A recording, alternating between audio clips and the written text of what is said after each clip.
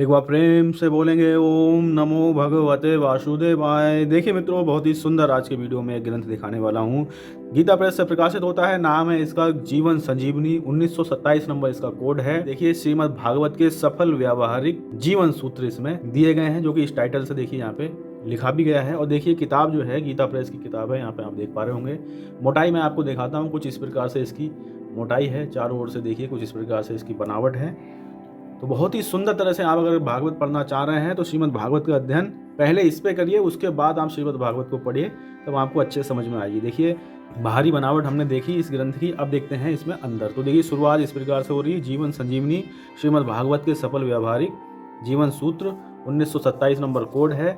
और यहाँ पे देखिए डॉक्टर राजा राम गुप्ता जी, इन्होंने ये किताब बनाई है। गीता प्रेस गोरखपुर की ये किताब है। तो इस प्रकार से बहुत सुंदर ये किताब मुझे लगी है। और संवत 2080 का संस्करण है। देखिए 70 रुपये मात्र इसका मूल्य है। वेबसाइटें हैं कुछ, यहाँ मोबाइल नंबर दिए गए हैं, इन पे आप संपर्क करिएगा। कोई सा भी अगर किताब मंगानी है तो यहाँ पे देखिए संपादकीय निवेदन दिया गया है। श्री हरि कृष्णम वंदे जगतगुरुम। संपादकीय निवेदन: प्रत्येक मनुष्य सफल, समृद्ध, सार्थक, सुखी एवं शांतिपूर्वक जीवन जीना चाहता है, पर ये इतना सहज नहीं है, क्योंकि आज के युग में जीवन के प्रत्येक क्षेत्र में भारी चुनौतियां हैं, अनगिनत संघर्ष। आगे देखिए श्रीमद् भागवत एक ऐसा जीवन ग्रंथ है, ये मानव जीवन का एक अनुपम, उत्कृष्ट एवं आदर्श मार्गदर्शक है।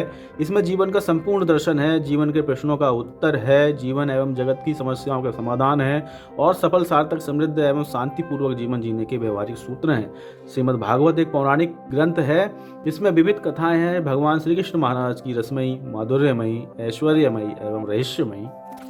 दिव्य लीलाएं हैं, दुष्टों के उद्धार के लिए किए गए उनके महनीय कार्यों की गाथाएं हैं। श्री कृष्ण भगवान की वंशी की मधुर तान के मीठे स्वर इसमें गूंज रहे हैं। वेणु गीत हैं, गोपी गीत हैं, रास लीला के दिव्य नाद निनादित हो रहे हैं इस महाग्रंथ में। तो देखिए बहुत ही सुंदर तरह से इसमें वर्णन मिलता है। देखिए कई पेजों में है ये, लगभग 8-9 पेजों में ये जो है आपको संपादकीय निवेदन दिया गया है, यानी कि बहुत ही विस्तार से यहाँ पे निवेदन बताया गया है। निवेदन जो दिया गया है वह है श्री राधे श्याम खेमका जी द्वारा। बहुत ही सुंदर तरह से यहाँ पे निवेदन मिलता है। आगे देखिएगा विषय सूची आपको मिलेगी। विषय सूची सेम जैसे कि श्रीमद् भागवत महापुराण में है, उसी प्रकार से इसमें विषय सूची देखने को मिलती है। बहुत ही सुंदर तरह से इस किताब को बनाया गया है। अगर आप इसमें पढ़ेंगे तो आपको श्रीमद् भागवत बहुत ही सरल तरह से समझ में आ जाएगी। आप देखिएगा भागवत का उद्देश्य एवं महात्म्य यहाँ पे दिया गया है।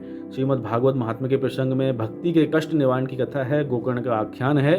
फिर देखिए प्रथम स्कंद के द्वारा कथा प्रारंभ हो रही है। भागवत की रचना के संबंध में व्यास नारद संवाद है। द्रौपदी की अद्भुत क्षमा है। भगवान श्री कृष्ण द्वारा गर्भस्थ परीक्षित की रक्षा है। इस प्रकार से देखिए प्रथम स्कंद यहाँ से प्रारंभ हो रहा है। फिर द्वितीय स्कंद है जिसमें परीक्षित के 2 प्रश्न हैं। चतुश्लोकी भागवत है, भागवत के 10 लक्षण है। फिर तृतीय यहाँ पे स्कंद है जिसमें 7 अध्याय दिए गए हैं, जिसमें भगवान कपिल जो है अपनी माता देवहूति को ज्ञान उपदेश देते हुए दिखाई देते हैं। फिर चतुर्थ स्कंद आता है जिसमें दक्ष कन्याओं की संतति का वर्णन आता है, और इसी स्कंद में राजा पृथु का भी आख्यान आता है और प्रचेताओं की कथा भी इसी में है। 5वां स्कंद जब आप उसमें पढ़ेंगे तो आपको राजा प्रियव्रत का चरित्र मिलेगा। उसके बाद उनके पुत्र अग्निद, फिर राजा नाभि हुए, फिर उनके पुत्र ऋषभदेव हुए, फिर भरत हुए। उसके बाद उनका फिर जन्म हुआ जिसमें जड़ भरत बने।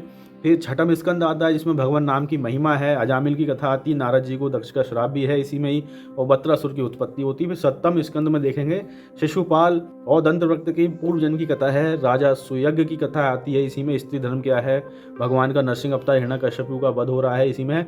8वें स्कंद में मनवंतरों का वर्णन आता है, गजेंद्र मोक्ष की इसमें कथा मिलती है आपको, और समुद्र मंथन भी इसी 8वें स्कंद में आपको मिलता है। देवासुर संग्राम होगा, वामावतार भी इस 8वें स्कंद में होगा। 9वां स्कंद जब आप पढ़ेंगे तो राजा सुधुम्न की कथा आती है, च्यवन और सुकन्या की कथा आएगी, राजा नाभाग की कथा आएगी, राजा अम्बरीश की आएगी, मानदाता आएंगे, सगर भी इसी में आएंगे, और भगवान श्री राम जी का पावन चरित्र भी यहाँ पे मिलता है। राजा ययाति हुए हैं उनकी भी कथा यहाँ पे मिलती है। 10वां स्कंद है हम सभी के प्राण हैं। इसमें देखिए पहला भाग में आपको गोकुल में भगवान का जन्म उत्सव मिलेगा, पूतना का वध होगा, भगवान की जो समस्त बचपन में जो लीलाएं थी वो सब आपको पूर्वार्ध में देखिए देखने को मिलेंगी। सकट भंजन है, प्राणावर्त दमन है, नामकरण संस्कार है, बाल लीला है। भगवान श्री कृष्ण महाराज के मुख में यशोदा जी को पूरे ब्रह्मांड का दर्शन भी इसी स्कंद में देखने को मिलता है। बतासुर का है, बकासुर का है, अगासुर, इन सब का वध जो है उद्धार यहीं पे होगा।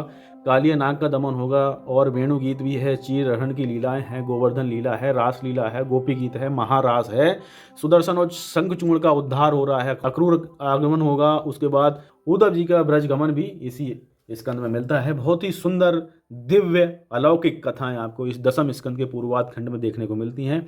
उसके बाद देखिए दसम स्कंद का उत्तरार्ध खंड मिलता है देखने में, जिसमें जरासंध का आक्रमण है, कालयवन वध है, रुक्मिणी जी का हरण है।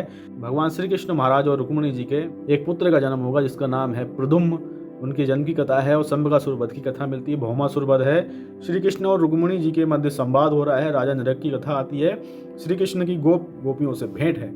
तो ये जो है दो पूर्वार्ध और उत्तरार्ध दसम स्कंद के आपको देखने को मिलते हैं। बहुत ही सुंदर प्रभु की कृपा से इसमें जो है हम लोगों के लिए कथाएं प्रभु की श्रवण करने को देखने को मिलती हैं। तो दसम स्कंद तो अवश्य ही पढ़ना चाहिए। उसके बाद देखिए एकादश स्कंद प्रारंभ होता है। इसमें यदुवंश को ऋषियों का श्राप आ जाता है, राजा जनक तथा 9 योगेश्वरियों का संवाद है। श्री कृष्ण द्वारा उद्धव जी को ज्ञान उपदेश, वृद्ध मुक्त और भक्तजनों के लक्षण है। इसी में भिक्षु गीता है वो भी इसी में मिलती है। सांख्य योग है, पुरुरवा की वैराग्य युक्ति भी है, भगवान का स्वर्ग गमन भी इस 11वें स्कंद में आपको मिलेगा। उसके बाद श्रीमद् भागवत का अंतिम जो है स्कंद है जिसे द्वादश स्कंद बोलते हैं। इसमें कलियुग के विविध राजवंश हैं, कली धर्म है, कलियुग में नाम संकीर्तन की महिमा है, परीक्षित का परम नाम गमन है और जीवन का परम करणीय निरंतर भगवत स्मरण भी इसी में मिलता है। तो बहुत सुंदर ये किताब है, एक बार इसको आप अवश्य पढ़िए। शॉर्ट में और बहुत ही बढ़िया तरह से इस किताब में भागवत जी के लिए समझाया गया है। यहाँ पर देखिए श्री कृष्ण महाराज का बहुत ही सुंदर सा आपको चित्र मिलता है ब्लैक एंड व्हाइट में, और वंदे महापुरुष ते चरण विंद्रम यहाँ पे इस तरह से एक श्लोक प्रिंट किया गया है। फिर आगे देखिए भागवत का उद्देश्य एवं महात्मा यहाँ से प्रारंभ हो रहा है, जिसमें श्रीमद् भागवत महापुराण भारतीय सनातन संस्कृति का अत्यंत श्रेष्ठ ग्रंथ है। ये भगवान वेद व्यास की रचना है। इसके महात्मा का प्रतिपादन स्वयं वेद व्यास जी ने पद्म पुराण के उत्तरखंड में किया है, जो सूत जी और सौनक जी के संवाद के रूप में गुफित है। श्रीमद् भागवत कथा के प्रारंभ करने के पूर्व इस महात्मा के पाठ एवं श्रवण की विधि है। वेद व्यास जी ने महात्मा के अंतर्गत भागवत कथा की महत्ता बताते हुए मानव जीवन में इससे प्राप्त होने वाले लाभ की चर्चा की है। जो महात्मा है भागवत जी का उसमें 6 अध्याय दिए गए हैं। इसी प्रकार देखिए आगे देखिए, मनुष्य की इस मानसिकता के मनोविज्ञान को ध्यान में रखते हुए ही ग्रंथकार ने भागवत के महात्मा का वर्णन किया है। भागवत में 12 स्कंद हैं और 18,000 श्लोक है। श्रीमद् भागवत महात्मा का प्रथम श्लोक कौन सा है, देखिए आगे वर्णन मिलेगा। जो प्रथम श्लोक है वह यहाँ पे आपके सम्मुख है, देखिए ये है। सच्चिदानंद रूपाय विश्वोत्पत्र दिहेतवे तापत्र विनाशाय श्री कृष्णाय वयम नमः।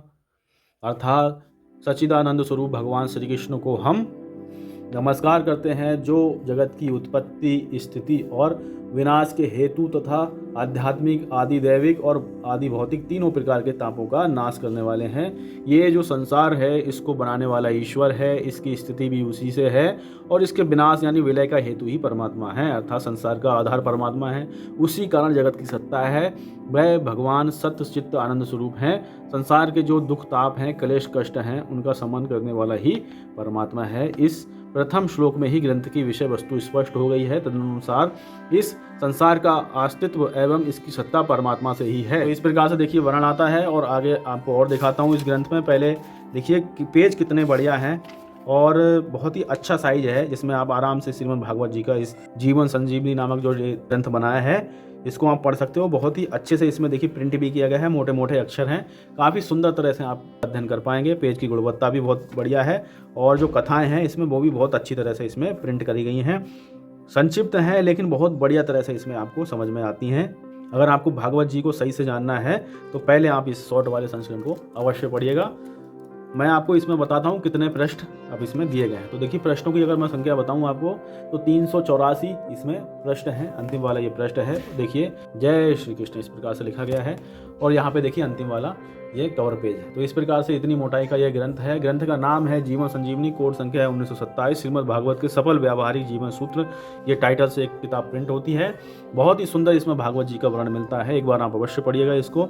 मिलते हैं और किसी ज्ञानवर्धक वीडियो के साथ में, ख्याल रखिएगा अपना, एक बार प्रेम से बोलेंगे ओम नमो भगवते वासुदेवाय।